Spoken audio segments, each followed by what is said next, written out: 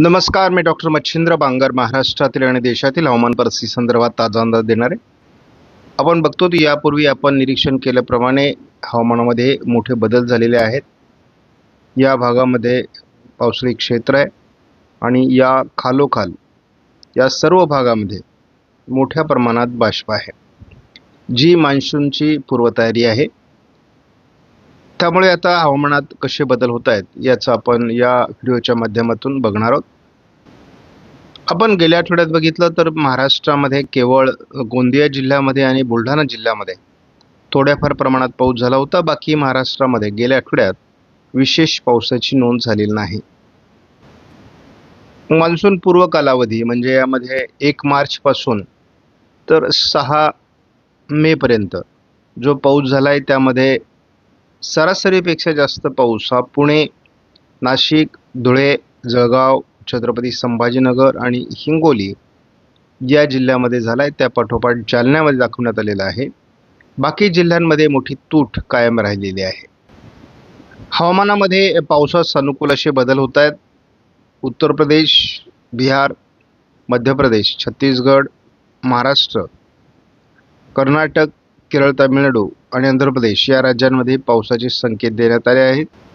8 तारखेला देखील मराठवाडा, मध्य महाराष्ट्र, पश्चिम महाराष्ट्र, उत्तर महाराष्ट्रात तुरळक पावसाची शक्यता व्यक्त करण्यात आली आहे. उष्णतेची लाट आणि कोस्टल भागामध्ये दमटपणा हा 9 तारखेला वाढू शकतो असा अंदाज आहे. दक्षिणेतील काही राज्यांमध्ये पाऊस आहे. हीच परिस्थिती 10 तारखेला देखील आहे. 11 तारखेला एक नवीन WD उत्तर भारतात सक्रिय होऊ शकतो आणि त्याचा प्रभाव 12 तारखेपर्यंत राहील. काल भारताच्या बहुतांश भागात पाऊस झालेला आहे. अगदी या भागामध्ये पाऊस आहे, त्यानंतर या संपूर्ण भागामध्ये पाऊस झालेला आहे आणि आपण महाराष्ट्रात सुद्धा थोडं विदर्भामध्ये तुरळक ठिकाणी असा पाऊस झालेला आहे. तेलंगणामध्ये पाऊस झाला आहे, म्हणजे जवळपास या भागात देखील पावसाची नोंद झालेली आहे.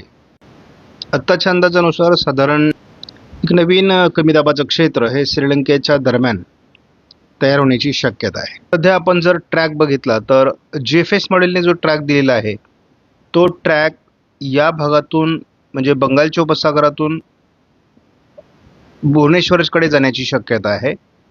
तर श्रीलंकेच्या दरम्यान या ठिकाणी कमी दाबाचं क्षेत्र तयार होऊन ECMW मॉडेलने ते अरबी समुद्रात सरकण्याची शक्यता व्यक्त केलेली आहे. याचाच अर्थ 2 ट्रॅक 2 मॉडेलने वेगवेगळे दाखवलेले आहेत. त्यामुळे आता मान्सूनपूर्व काळात कशा पद्धतीने सिस्टम तयार होते हे आपल्याला बघायचं आहे. त्यामुळे दोन्ही ठिकाणी 50-50 चान्सेस आहेत. सध्या महाराष्ट्रामध्ये 40°C आजूबाजूने तापमान आहे. थोडी तापमानात घट झालेली आहे, परंतु उद्यापासून पुन्हा तापमान वाढू शकतं असा देखील अंदाज आहे. त्यामुळे विदर्भ मराठवाड्यामध्ये पुन्हा 40, 42, 43° पारा जाऊ शकतो. नंतर आपण बघतो 11 तारखेनंतर विदर्भातील काही ठिकाणी 45°C किंवा त्याहीपेक्षा जास्त तापमान जाण्याची शक्यता आहे. हे तापमान साधारणपणे पुढे 15 ते 16 तारखेपर्यंत विदर्भ मराठवाड्यात कायम राहणार आहे. GFS मॉडेलनुसार जर आपण अंदाज बघितला तर विदर्भामध्ये आणि थोडं मराठवाड्याच्या दक्षिणी भागात आज पावसाची शक्यता आहे. 9 तारखेला देखील पूर्व विदर्भ, दक्षिण पश्चिम महाराष्ट्र या भागात पावसाचा हलका अंदाज GFSने दिला. 10 तारखेला विशेष वातावरण नाही. 11 तारखेलाही विशेष वातावरण नाही, मात्र बंगालच्या उपसागरात वादळी सिस्टम आकार घेणार आहे. 12 तारखेलाही विशेष वातावरण महाराष्ट्रात नाही, परंतु बंगालच्या उपसागरातील सिस्टम अंदमानात मान्सून घेऊन यायला अतिशय मजबूत पद्धतीने आकार घेते. आज विदर्भ मराठवाड्यात किरकोळ पावसाची शक्यता आहे. उद्या देखील तुरळक वातावरण राहण्याची शक्यता आहे. 9 तारखेला पूर्व विदर्भ, थोडं सिंधुदुर्ग, रत्नागिरीच्या भागात पावसाची शक्यता आहे. 10 तारखेला विशेष वातावरण नाही. 11लाही विशेष वातावरण नाही. 12लाही विशेष वातावरण नाही. आज आयकॉन मॉडेलने मात्र महाराष्ट्रात बऱ्यापैकी पावसाचा अंदाज दिला आहे. त्यामुळे या मॉडेलच्या अंदाजाला आज आपण थोडं महत्त्व देणं आवश्यक आहे. आयकॉन मॉडेलने महाराष्ट्रात पावसाच्या घटना वाढू शकतात असा अंदाज दिलेला आहे. 9 तारखेला देखील मान्सूनपूर्व पावसाच्या बऱ्याच घटना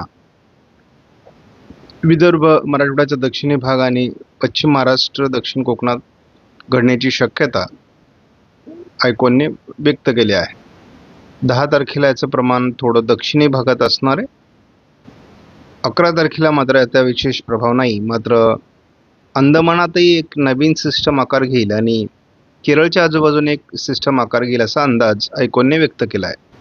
त्यामुळे 10, 11, 12 3 दिवस काही विशेष पावसाचं वातावरण महाराष्ट्रात कुठल्याही मॉडेलने दाखवलेलं नाही. आयकॉन मॉडेलचा आपण एकत्रित अंदाज बघितला तर 2 सिस्टम बनण्याचा अंदाज या मॉडेलने दिला आहे. एक सिस्टम ही बंगालच्या उपसागरात बनण्याची शक्यता आहे, तर दुसरी सिस्टम ही केरळच्या आजूबाजूने बनण्याची शक्यता व्यक्त केली आहे. साधारणपणे 11 तारखेनंतर याचा प्रभाव सुरू होईल असा अंदाज आहे. 11 तारखेला श्रीलंकेच्या दरम्यान एक वादळी सिस्टम विकसित होईल असा ECMW मॉडेलचा अंदाज आहे. आत्तापर्यंतच्या अंदाजानुसार ही सिस्टम दक्षिण भारतावरून अरबी समुद्रात जाईल आणि नंतर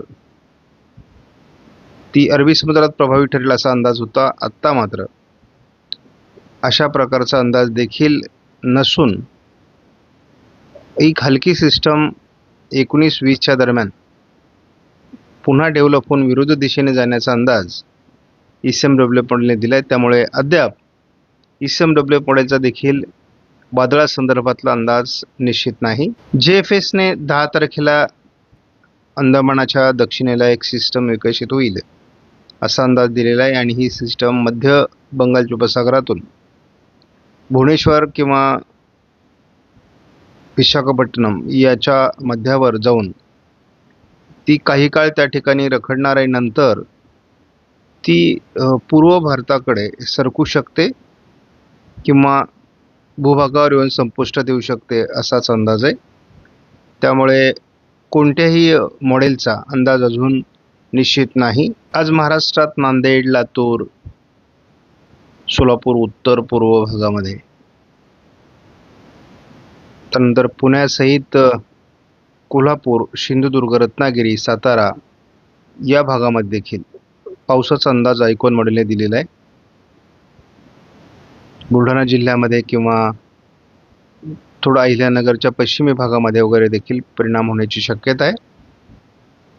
त्यामुळे सोलापूर वगैरे भागात आज पावसाचा अंदाज आयकॉन मॉडेलचा आहे. उद्याही कोल्हापूर, सातारा, पुण्याच्या आजूबाजूने थोडं वातावरण तयार होऊ शकतं. हे वातावरण 9 तारखेला असण्याची शक्यता आहे. त्या दरम्यान महाराष्ट्रात स्थानिक वातावरणाची शक्यता आहे. विशेष पावसाचं वातावरण किंवा कुठली सिस्टम सक्रिय नाही. सारखं वातावरण आपल्याला कोल्हापूर, सिंधुदुर्ग, रत्नागिरी, साताऱ्याच्या काही भागात होताना दिसेल आणि महाराष्ट्रात स्थानिक वातावरण बनू शकतं. या पलीकडे जास्त अंदाज नाही. मात्र हे वातावरण 13 तारखेपासून अधिक प्रभावी होऊन बीड, अहिल्यानगर, सोलापूर आणि कोकण या विभागात परिणाम करू शकतं. 13 तारखेनंतरचे बदल महत्त्वाचे आहेत. ECMW मॉडेलने आज पूर्व विदर्भ किंवा विदर्भ, मराठवाडा, पूर्व भाग या ठिकाणी तुरळक पावसाची शक्यता व्यक्त केलेली आहे. विशेष वातावरण आजही दाखवलेलं नाही. उद्या देखील स्थानिक वातावरण महाराष्ट्रात बऱ्याच ठिकाणी तयार होऊ शकतं. त्यामुळे मेघगर्जनेसह पाऊस महाराष्ट्रात काही भागात होणार आहे. यामध्ये विदर्भाचा बहुतांश भाग आहे. पूर्व विदर्भात चांगला पाऊस 8-9 तारखेला होऊ शकतो. थोडा कोल्हापूर, सातारा आणि सिंधुदुर्ग, रत्नागिरीच्या दरम्यान देखील पावसाची शक्यता सर्वच मॉडेल दाखवत आहेत. त्यामुळे आपण एकूणच बघतो की 10, 11